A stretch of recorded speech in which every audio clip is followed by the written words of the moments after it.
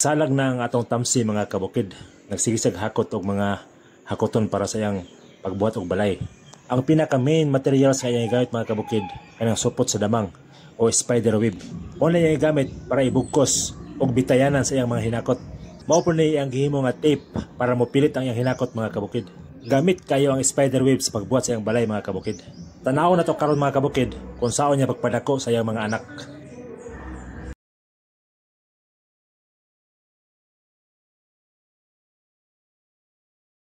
Kaning mga sunbird mga kabukid, ang ilang kinaon ani mga nektar sa mga bulak, mga tamis-tamis nga mga duga-duga, mga juice-juice. Pero ang ilang ibaw sila mga anak mga kabukid, mga gagmay nga insekto. Ilabi na ang mga gagmay nga mga spider o mga damang mga kabukid. Mo ilang ibaw silang mga anak. Kaya kay nila maka-hover mga kabukid, kanang maglupad nga magpundo di sa hangin.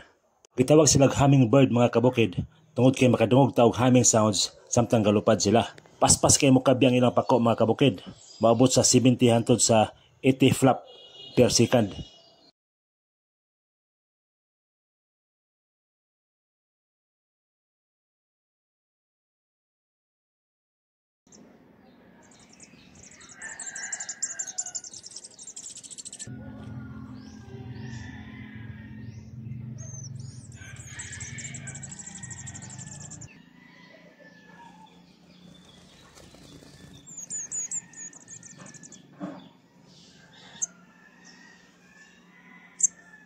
Kaning naitom sa liog mga kabukid, mo na siyang lalaki nga sunbird.